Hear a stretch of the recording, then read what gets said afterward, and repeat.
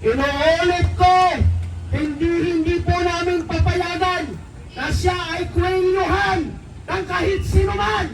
Dahil kami po ay makikipaglaban para sa kanya. Bilang isang Muslim, kami ay tumitindig para sa isang Robin Padilla. Dito na yung karaban, mga kababayan.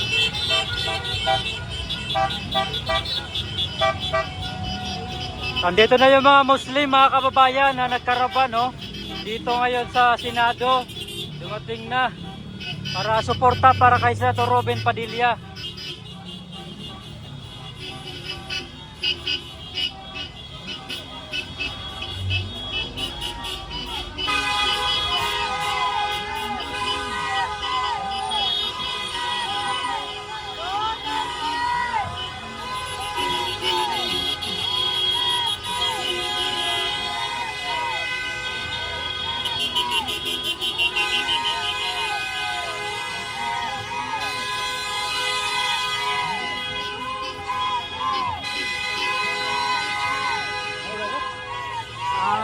Muslim ito, mga Muslim.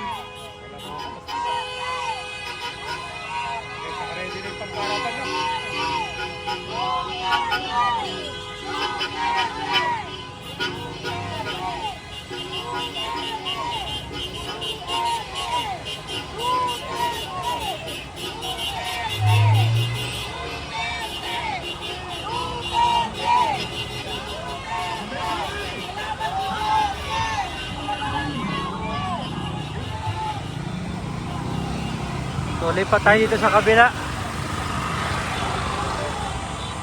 Dire-diretso lang po, dire-diretso lang!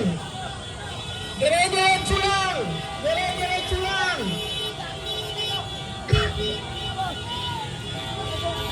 Dire-diretso lang! Ayan!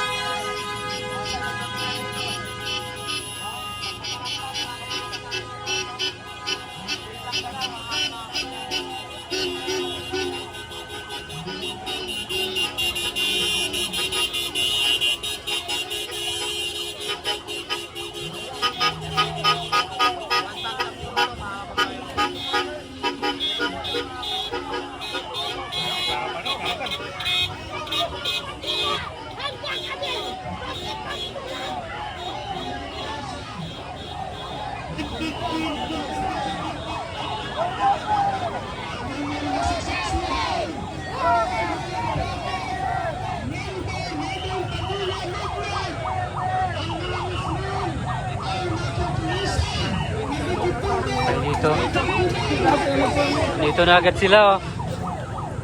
Pakapwesto agad yung mga pulis, mga kababayan, pagdating ng mga Muslim.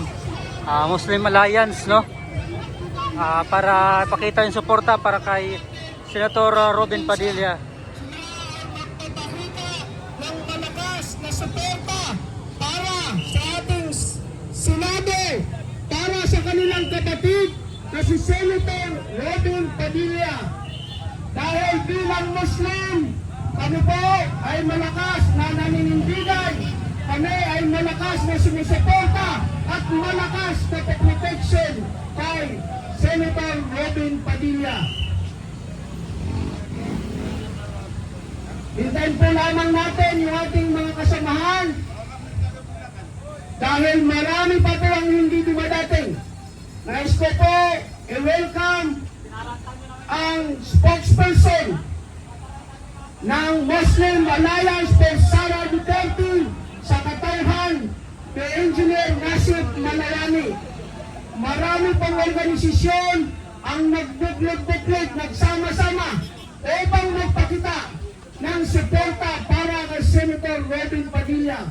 Kaya inuulit ko, hindi po kami papayag ng isang Robin Padilla ay 19. Hindi kami papayag na siya ay bastusin at lalong hindi kami papayag na yurakan yung kanyang karapatan.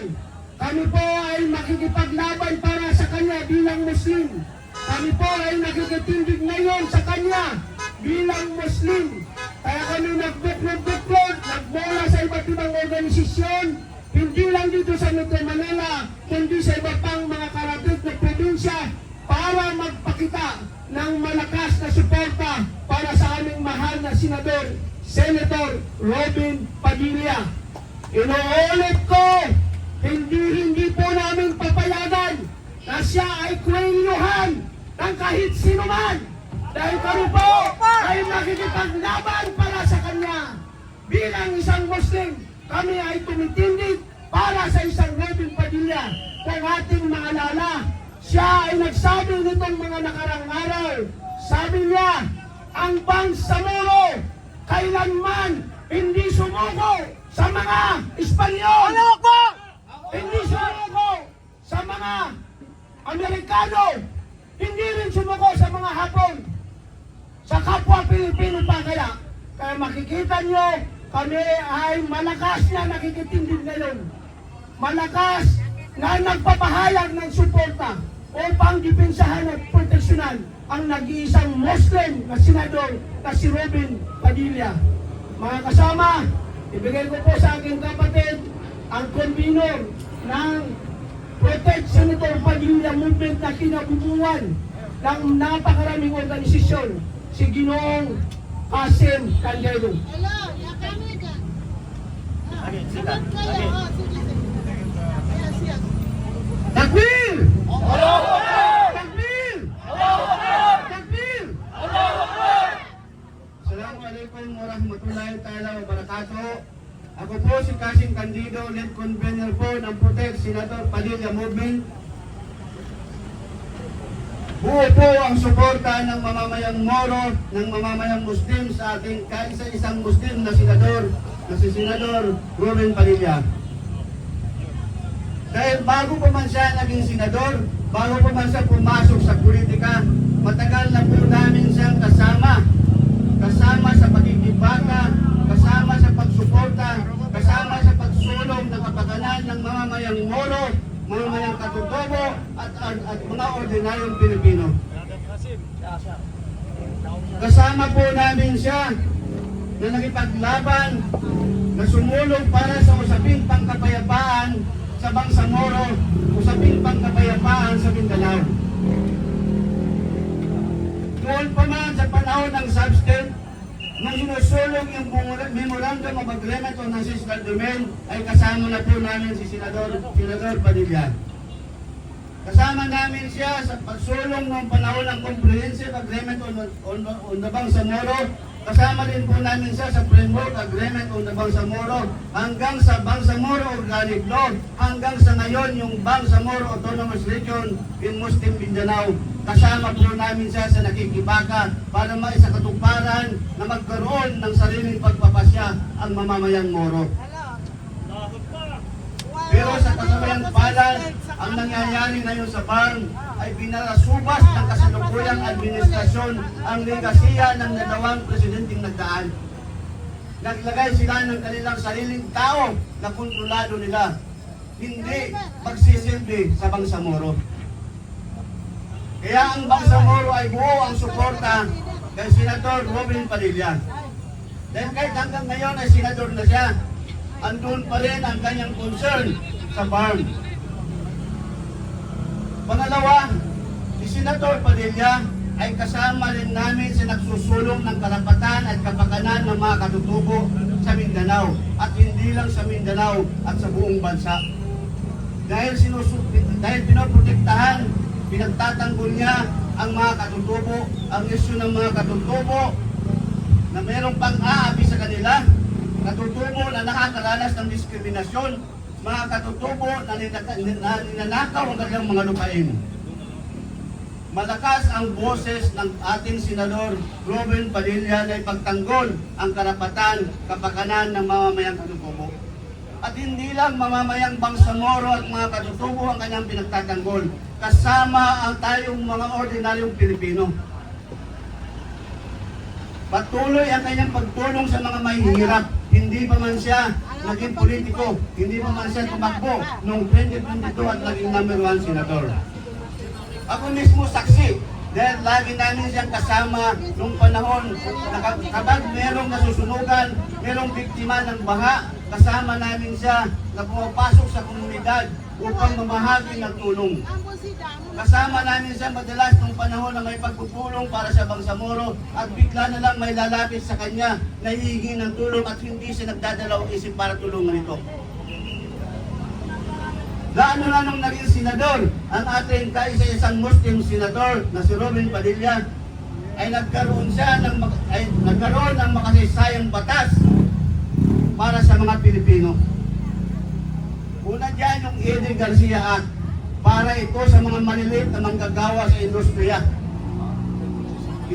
ng pelikula. Pangalawa yung Philippine Islamic Burial Act.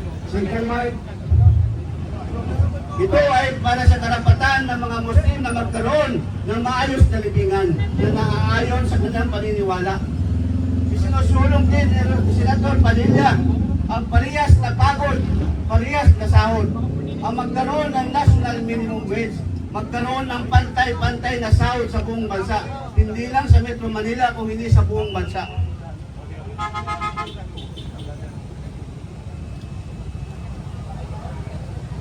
Isa rin sa Senador Padilla sa nagsusulong na may sa batas anti-racial discrimination. Magkaroon ng anti-racial discrimination na batas para maging krimen ang pag-discriminate sa mga maliliit na mamamayan. Kaya ang Moro community sa buong bansa ay buo ang suporta at handa ipagtanggol ang kasama namin, si Senator Robin Padilla. Handa ang mga katutubo, ang mamayang Moro at mga ordinaryong Pilipino para sa ipagtanggol. Yun lang po, salamat. Assalamualaikum warahmatullahi ta'ala wabarakatuh. Takbir!